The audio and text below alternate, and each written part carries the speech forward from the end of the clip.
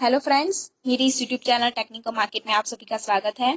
दोस्तों, हमने पिछली वीडियो में देखा था कि एरे क्या है, उनके टाइप कितने हैं, हम प्रोग्रामिंग में एरे का यूज क्यों करते हैं, इंपॉर्टेंस क्या है एरे का। ठीक है, तो इस वीडियो में हम देखेंगे कि एरे को स्टोर कैसे करते हैं, स्टोरिंग ऑफ एन एरे। तो मैंने यहाँ पहले लिखा है, उसकी जनरल सिंटैक्स क्या है, इंटीजर x10। कंपाइलर को पता चलता है कि 10 वैल्यू स्टोर की गई है x नाम के एरे में और उसका डेटा टाइप है इंटीजर, यानी कि 10 जो एलिमेंट्स है वो सारे के सारे इंटीजर होंगे। तो पहले हम देखते हैं कि इसकी मेमोरी एड्रेस कैसे कौन से एड्रेस पे कैसे सेव होता है, यानी कि कंपाइलर को कैसे पता चलता है। ठीक है, तो पहले यहाँ मैंने लिखा है, मैंने यहाँ रैंडमली एड्रेस लिखे है। वैसे तो एड्रेस कंपाइलर बताता नहीं है, लेकिन फिर भी मैंने यहाँ आपकी समझ के लिए लिखा है। पहला जो एलिमेंट है, मान लीजिए पहला एलिमेंट 1000 पे है, तो कंपाइलर इंटीजर है, उसको 2 बाइट चाहिए, तो हर एलिमेंट के बीच में 2 बाइट का गैप छोड़ेगा, यानी कि 1000 पे है पहला एलिमेंट, तो दूसरा एलिमेंट 2 बाइट छोड़ के जो एड्रेस है उसमें स्टोर होगा, यानी कि 1002 पे, क्योंकि 1000 और 1001 2 बाइट वो पहला एलिमेंट ले लेगा, और 1002 है तो दूसरा एलिमेंट कौन सा लेगा, 1002 1003। ऐसे ही 2 का गैप छोड़ के कंपाइलर है वो मेमोरी एड्रेसेस फाइंड करता है और मेमोरी अलोकेट करता है, मेमोरी रिजर्व कर देता है ये 10 एलिमेंट्स के लिए। दोस्तों, जानने को ये है कि हम यहाँ आपको क्या पता चलता है कि हम x1 से लेके x10 तक जाएंगे, पर ऐसा नहीं होता। पहला एलिमेंट है वो x0 होगा, स्टार्टिंग x0 से होगी, यानी कि x0 है, उसकी वैल्यू x1 कहलाएगी, पहली वैल्यू x0 कहलाएगी। इसका मीनिंग क्या है, जो लास्ट वैल्यू होगी वो एक इससे कम होगी। यहाँ जो मैंने लिखा है साइज ऑफ एन एरे, उससे एक कम होगी, यानी कि x10 है तो यहाँ x9 n-1। अब ऐसा क्यों है वो मैं आपको बताऊंगी। जनरल फॉर्मूला है, इसके बेसिस पे कंपाइलर काम करता है। यहाँ है start address plus index into number of bite for the data type.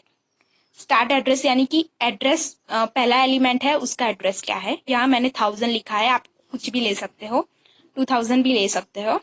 यहाँ मैंने 1000 लिखा है तो स्टार्ट एड्रेस 1000 कहलाएगा। इंडेक्स यानी कि ये इंडेक्स है 0 1 2 3, और number of bytes for the data type ये सेम होगा सबके लिए। इंटीजर है तो इंटीजर, अगर फ्लोट होगा तो 4 बाइट आएगा।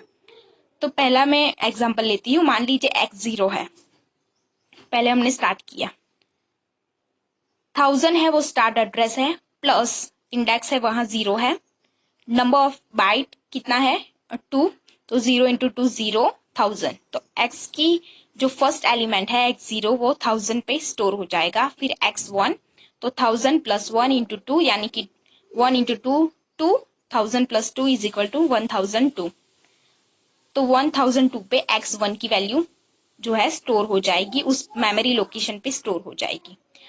अब दोस्तों, मैंने जनरल सिंटैक्स यहाँ लिखी थी, इंटीजर x10, तो उसकी यही है, type array name size. Type यानी कि डेटा टाइप, एरे नेम जो हमने लिखा था x, और साइज है वो 10 थी, वहां हमने एग्जांपल में देखा। अब मैंने यहाँ लिखा है कि main 2 things in array. Array में 2 थिंग्स मेन क्या होती है कि नेम ऑफ द एरे, पहले तो नेम कंप्लीट होना चाहिए जिससे एरे किस बेस पे बना है वो हमें पता चले। वहां तो मैंने सिर्फ x लिखा था, आप कुछ भी ले सकते हो, यानी कि अगर मुझे मार्क्स स्टोर करने हैं तो इंटीजर मार्क्स 10 ले सकते हैं आप, जिससे क्या यूजर को पता चले। Index relative position of the element in the array, यानी कि रिलेटिव पोजीशन, यानी कि x9 कुछ भी ले सकते हैं, मार्क्स 3 है, यहाँ नंबर i है, पर स्टार्ट कहाँ से होगा, 0 से होगा। यहाँ x9 है तो x0 से स्टार्ट होके x8 तक जाएगा, यहाँ मार्क्स 0 से लेके 8 मार्क्स 2 तक जाएगा। ठीक है, अब initialization of an array, general form क्या है, टाइप एरे नेम साइज। हम ये भी ले सकते हैं, मान लीजिए मुझे एरे में 10 एलिमेंट्स है वो यहाँ दिखा देने हैं, यहाँ मैंने 5 लिखा है, मान लीजिए एग्जांपल है इंटीजर मार्क्स 5, तो मैं क्या लिखूंगी, करली ब्रैकेट्स में ये 5 जो मार्क्स है ये सारे मैं वैल्यू यहाँ दिखा दूंगी। तो मुझे क्या है, एरे है उसको रीड नहीं करना पड़ेगा, डायरेक्ट मैं प्रिंट करवा सकती हूँ। तो आप ये जनरल फॉर्म है, ये सिंटैक्स है, उसको भी यूज कर सकते हैं। Type array name size is equal to करके कर्ली ब्रैकेट्स में लिस्ट ऑफ वैल्यू, जो हम एलिमेंट्स यहाँ यूज करने वाले हैं, स्टोर करने वाले हैं, वो डायरेक्टली यहाँ यूज कर सकते हैं आप। 72, 92, 80, 35 ये मैंने रैंडम लिख ली है। फिर कैरेक्टर नेम है, कैरेक्टर नेम 4 है, कैर नेम 4 इज इक्वल टू, यहाँ कर्ली ब्रैकेट में सिंगल कोट्स में मैंने यहाँ कैरेक्टर के नेम लिखे है, मतलब AVTP। तो कैरेक्टर नेम है वो सिंगल कोट्स के सिंगल कोट्स के बीच में ही स्टोर होंगे।